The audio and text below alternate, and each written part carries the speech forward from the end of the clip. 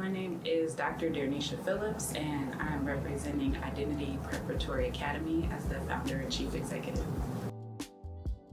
I started out as a third grade teacher and then worked at the building level, was a building principal. I rolled out about 7 years ago and started an education consulting company. And no matter what role I was in education, I would see the beauty and the creativity and the brilliance of our children. And I would also at the same time see that the educational outcomes were not matching what I knew to be true about our kids. And so I decided that in community, we needed to take this back to the village because we know how to educate our children. It's ancestral. And so we took it back to the village, and in participation with our community, we started what we call the Dreams of Our Daughters. And we had the Dream Labs where we envisioned and freedom dreamed in community and with the girls on what nourishing education would be for them. And so instead of us telling them what school should be, we asked them, we're like, what would you like for it to be? What would make you feel good? And so we designed that, we created the affirmed framework, and then we were able to pilot that framework with the girls. They gave feedback, the families gave feedback, and then what we did during that pilot, we were able to roll out to Summer Academy, and then Summer Academy, that information is informing what we're doing, and we're going to be launching in fall of 2026, 4th and 5th grade of Identity Preparatory Academy, which is the forthcoming middle school for 4th through 8th grade girls here in North Omaha. We often say there should be nothing about us without us. So we should not be talking about what we're doing in education for our girls and they're not there. We should not be talking about what's best for our kids and their families and their caregivers are not in that space. And so we were very intentional to make sure that it was a participatory approach, and we created and curated all of this very intentionally together.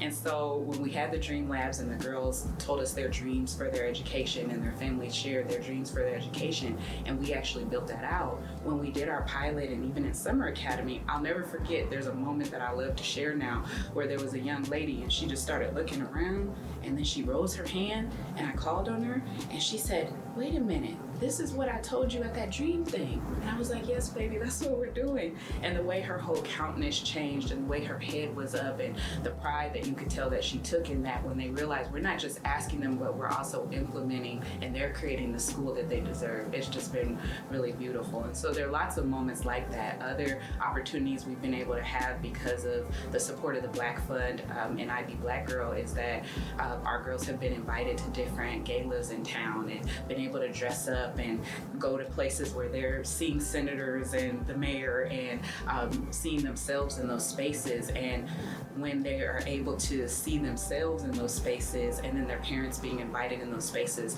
I had a mom that came to me and she said, I just want to thank you for inviting us into this space.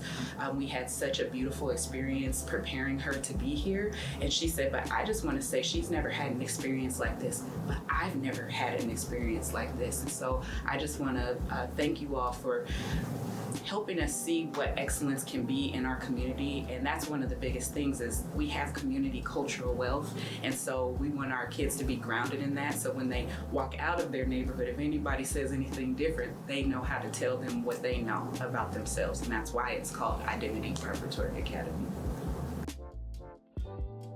I'm going to be very honest. What my concern is and what my dream is for our community is that our young people are able to see themselves in what they're learning, that education isn't something that's done to them, but something that they feel is done with them and for them to address a systemic and structural issue that we see in our education system. And so I'm really excited for what the possibilities are for our girls when they're able to have an education that really speaks to them and that they can see themselves a part of.